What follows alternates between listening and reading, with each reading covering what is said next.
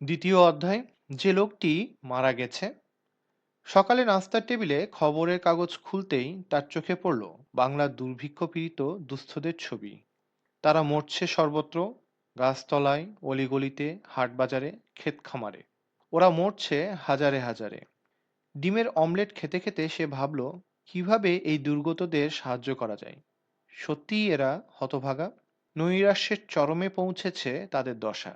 তাদেরকে আবার স্বাভাবিক জীবনে ফিরিয়ে এনে কঠোর বাস্তবের সামনে দাঁড় করালে সেটা সত্যিই ভয়ানক নিষ্ঠুর ধরনের কিছু হবে। অমানুষিক কাজ হবে।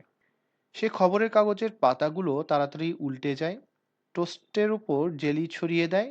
মচমচে তাজা টোস্টের স্বাদকে সতেজ করে তুলল টক ঝাল জেলি। প্রসাধনী যেমন নারীকে লাবণ্যময় করে তোলে, ঠিক তেমন। হঠাৎ মিস সিনহার কথা তার মনে পড়ল। সে এখনো এসে পৌঁছায়নি। কথা ছিল তার সঙ্গে সে চা পর্ব সারবে। বেচারি এখনো হয়তো ঘুমিয়ে আছে। কটা বাজে? ঘড়ি দেখে সোনার ঘড়ি। কালো সিল্কের চেইনটা তার মসৃণ ফর্সা হাতের সঙ্গে বেশ খাপ খেয়েছে, মানিয়েছে সুন্দর। সে মনে মনে ভাবল, একটা ঘড়ি, বোতাম আর টাইপিন, এই হলো পুরুষের অলংকার। আর মেয়েদের গহনার পর গহনায় তারা আপাদমস্তক মুড়িয়ে রাখে।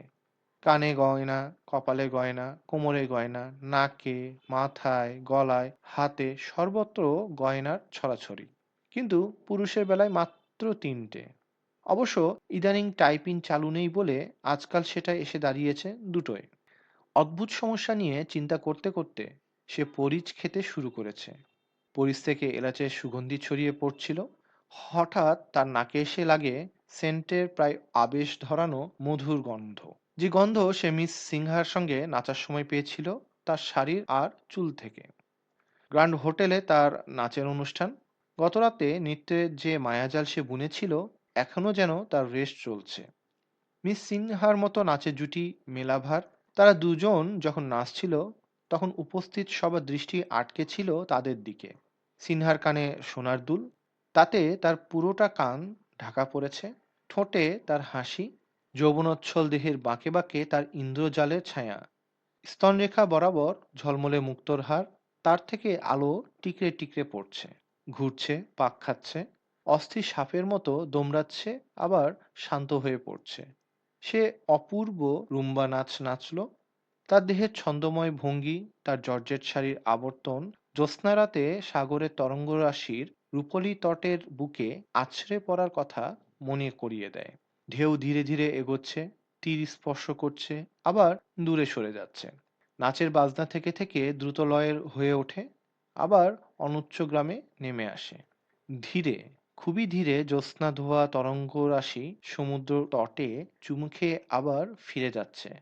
মিস সিনহার ঠোঁট দুটো অর্ধেক খোলা, তার দাঁতগুলো মুক্তোর মতো ঝকঝকে সাদা। ঠিক এ সময় হঠাৎ করেই আলো নিভে গেল। ঠোঁটে ঠোঁট, দেহে দেহ মিলিয়ে নিমীলিত চোখে মিস সিনহা আর সে বাজনার তালে তালে নেচে চলেছে। সে ঢেউয়ের শিথিল জোয়ার ভাটা, সে মধুর মন মাতানো ঝড় নাচাচ্ছে এদিক থেকে ওদিক, ওদিক থেকে এদিক। শুধু একটি চুম্বন আর একটি গানের সুর ছাড়া প্লেটে আর কোনো টুকরো কিছুর টুকরো করে অস্তিত্ব কাটা নেই। আপেল। চামচ দিয়ে আলতো করে একটা টুকরো তুলে নিল। একটা কাপে ঢাললো আবারও চা। আর ভাবতে লাগলো, কি নিখুঁত মিস সিনহার দেহ বল্লভী, কি সুন্দর তার মন। একেবারে সাদাসিধে। খুব চালাক চতুর মেয়ে তার পছন্দ নয়। তারা সবসময় তর্ক জুড়ে দেয়। সমাজতন্ত্র, সাম্রাজ্যবাদ, মার্ক্সবাদ, স্বাধীনতা আর মেয়েদের শিক্ষা ও জীবিকা নিয়ে অনর্গল কথা বলতে পারা হলো একজন আধুনিক মেয়ের প্রকৃত রূপ। মেয়ে নয় যেন দর্শনের মোটা গ্রন্থ। এমন মেয়ে বিয়ে করার চেয়ে অ্যারিস্টটল পড়ে জীবন কাটানো অনেক শ্রেয়। সে আবার অধৈর্য হয়ে ঘড়ির দিকে তাকালো। মিস সিনহা তখনও আসেনি।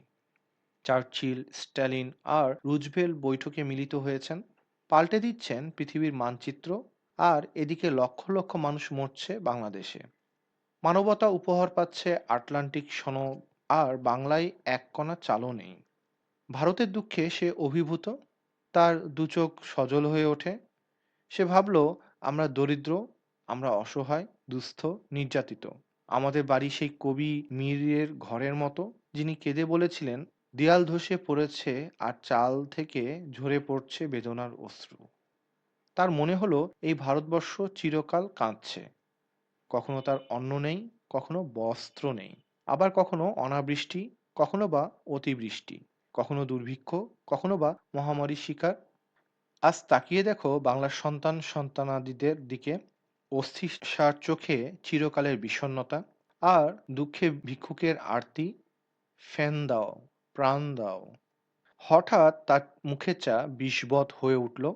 মনে মনে সিদ্ধান্ত নিল সে এগিয়ে যাবে, দেশের মানুষকে সাহায্য করবে, চাঁদা তুলবে, ভারতবর্ষের এক প্রান্ত থেকে আরেক প্রান্ত পর্যন্ত ঘুরে বেড়াবে, বক্তৃতা দিয়ে দেশবাসীর ঘুমন্ত বিবেক জাগিয়ে তুলবে, সভা সমিতি শোভাযাত্রা করবে, গড়ে তুলবে স্বেচ্ছাসেবক বাহিনী। ফলে দেখতে দেখতে জমে উঠবে চাঁদার স্তূপ, বিদ্যুতের গতিতে প্রাণস্পন্দন বয়ে যাবে দেশের এক প্রান্ত থেকে আরেক প্রান্ত পর্যন্ত। হঠাৎ সে যেন দেখতে পেল পত্রিকার পাতায় তার নাম বড় বড় অক্ষরে ছাপা হয়েছে। সব পত্রিকাই তার দেশপ্রেমের গুণগানে মুখর। যে পত্রিকাটি সে পড়ছিল তাতেই সে দেখতে পেল তার নিজের ছবি, তার পরনে খদ্দরের পোশাক, জওহরলাল নেহরুর মতো জহরকোটো গায়ে, তার মুখে তারই মতো মিষ্টি হাসি। হ্যাঁ, সবকিছু ঠিক আছে। সে আবার বেয়ারাকে ডাকলো, ডেকে আরেকটা অমলেট আনতে বলে। আজ থেকে সে তার জীবনের ধারা পাল্টে দেবে।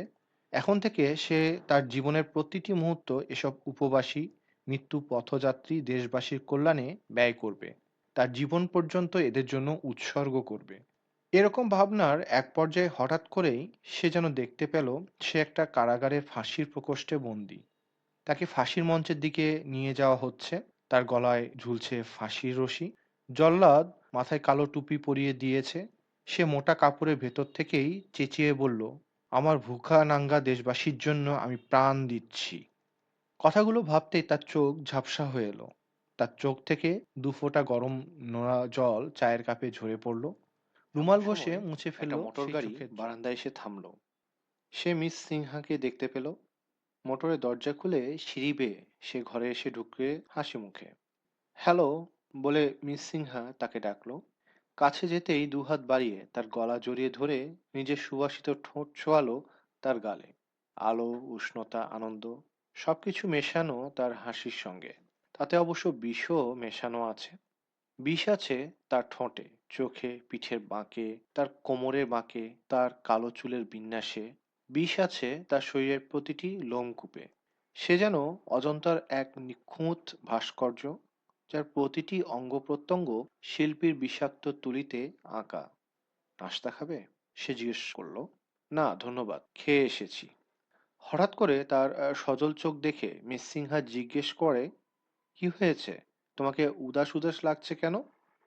কিছু না, তেমন কিছু না। এইমাত্র বাংলার দুর্ভিক্ষ পীড়িতদের কথা পত্রিকায় পড়েছি তো। সে বলে, মিস সিনহা, বাংলার দুর্গতদের জন্য আমাদের কিছু করা উচিত। হায় রে কপাল, ডার্লিং। দীর্ঘশ্বাস ফেললো মিস সিনহা।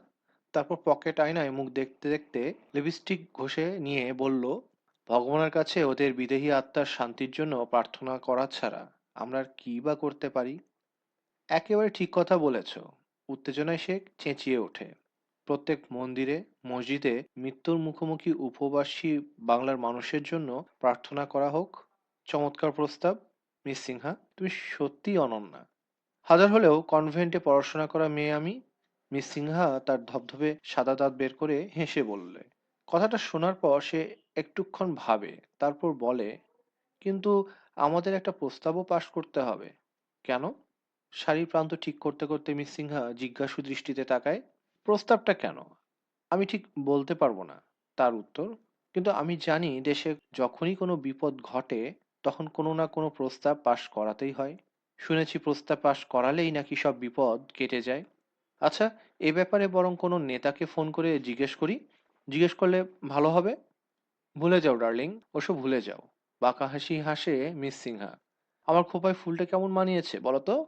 খোঁপায় গোজা নীল রাজফুলের মোটার মৃদু আঘাত করে সে বলল, চমৎকার ফুল, নীলকৃষ্ণের গায়ের মতো, যেন গোখরার ফনা, বিষের মতো রং।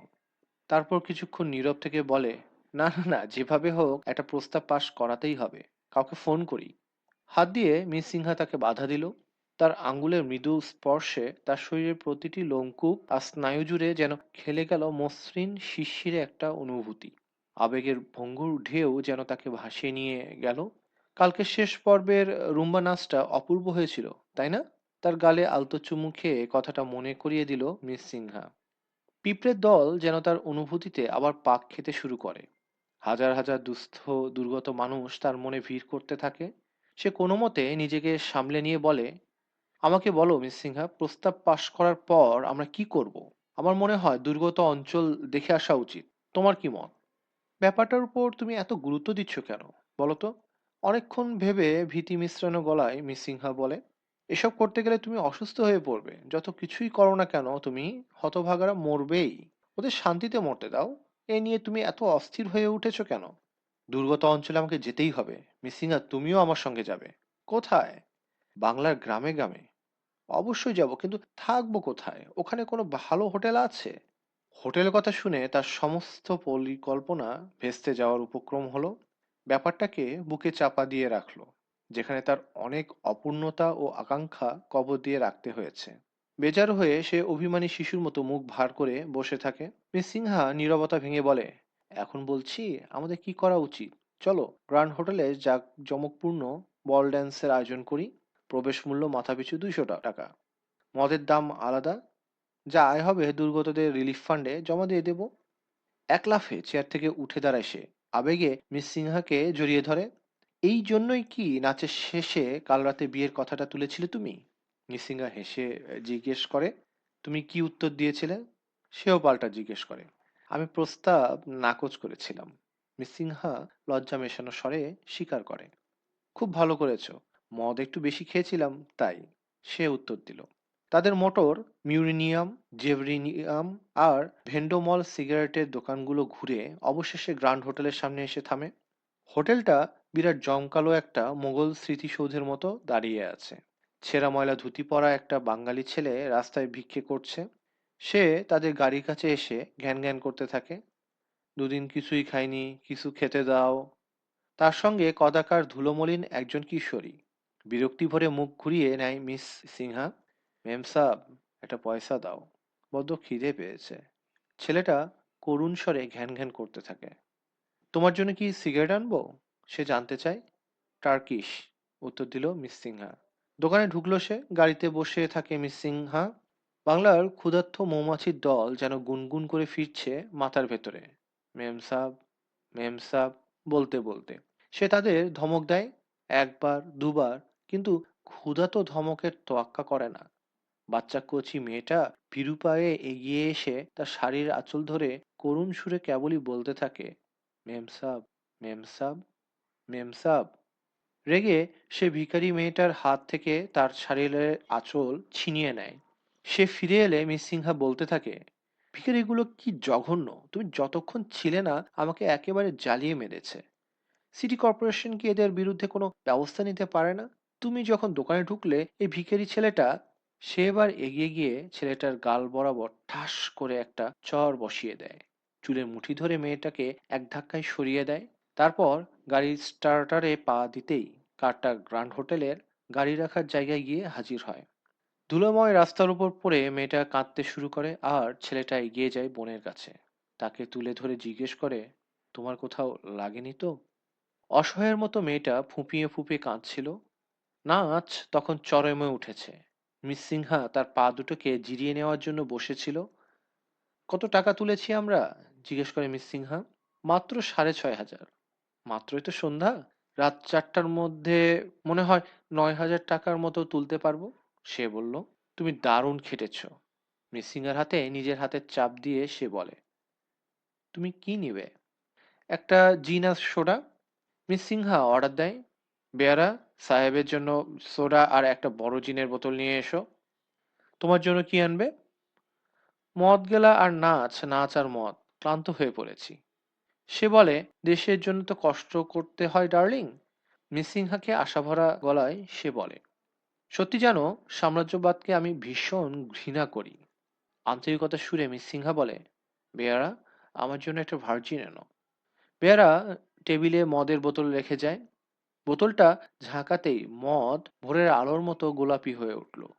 আলোর সামনে বোতল উপরে তুলে ধরতেই ঝলমল করে ওঠে পদ্মের মতো। তার হাতে ধরা গ্লাসের মদ কাঁপতে থাকে। সেই মদ ধারণ করে রক্তের মতো লাল রং। আবার নাচতে শুরু করে সে, আর মিস সিনহা এক সুর, এক লয় আর এক তালে সবকিছু হারিয়ে গেল নাচ আর সুরের সাগরে। সীমাহীন আকাশ জুড়ে দুজন যেন রীতিমতো ভেসে বেড়াচ্ছে। তার কাঁধের ওপর মিস সিনহার গালের স্পর্শ আর চুলের মোহনীয় গন্ধ যেন তাকে নীরবে ঘুম পাড়িয়ে দিচ্ছে। সত্যি অপূর্ব তার চুলের খোঁপা, বিচিত্র তার গড়ন। যেসব মেয়ে বাঁধা ধরা ফ্যাশনে অভ্যস্ত, মিস সিনহা তাদের তুলনায় পুরোপুরি ভিন্ন। একজন শিল্পী যেমন তার মন প্রাণ দিয়ে গড়ে তোলে তার শ্রেষ্ঠ শিল্পকর্ম, তেমনি মিস সিনহাও ঠিক একইভাবে যথেষ্ট পরিশ্রম করে থাকে চুলের শৈল্পিক বিন্যাসে। এক একদিন তার চুল হয়ে ওঠে ফুটন্ত পদ্মের মতো, তার কানের পাশে কুঞ্চিত হয়ে থাকা কেশগুচ্ছ তখন যেন হয়ে ওঠে ঠিক গোখরার ফনা। মাঝে মধ্যে সে সাজগোজ করতে গিয়ে শাহজাদি হয়ে ওঠে। পরের দিনই আবার হয়ে ওঠে সেই চুলে হিমালয় পর্বতের চড়াই উতরাইয়ের মতো। আসলে চুলের খোপা বাঁধায় মিস সিনহার স্বকীয়তা এতই বেশি যে মাঝে মধ্যে মনে হয় তার মগজে কোনো বুদ্ধি নেই, তখন আছে কেবল মিস সিনহার কেশগুচ্ছ এসে লাগছে তার গালে। তার প্রতি অঙ্গ প্রত্যঙ্গ জুড়ে তুমুল নাচের ছন্দ। মিস সিনহা ও তার দেহ কামনার আগুনে জ্বলে পুড়ে একাকার হয়ে যায়। নাচের তালে তালে তারা দুজনেই হয়ে উঠেছে যেন আগুনের শিখা। সুরের তরঙ্গাঘাতে এখন তারা উন্মাতাল। নিবিড় উষ্ণতায় স্নিগ্ধ ঢেউ সাগরের বালুতটে যেন আলতোভাবে চুমু খেয়ে ফিরছে।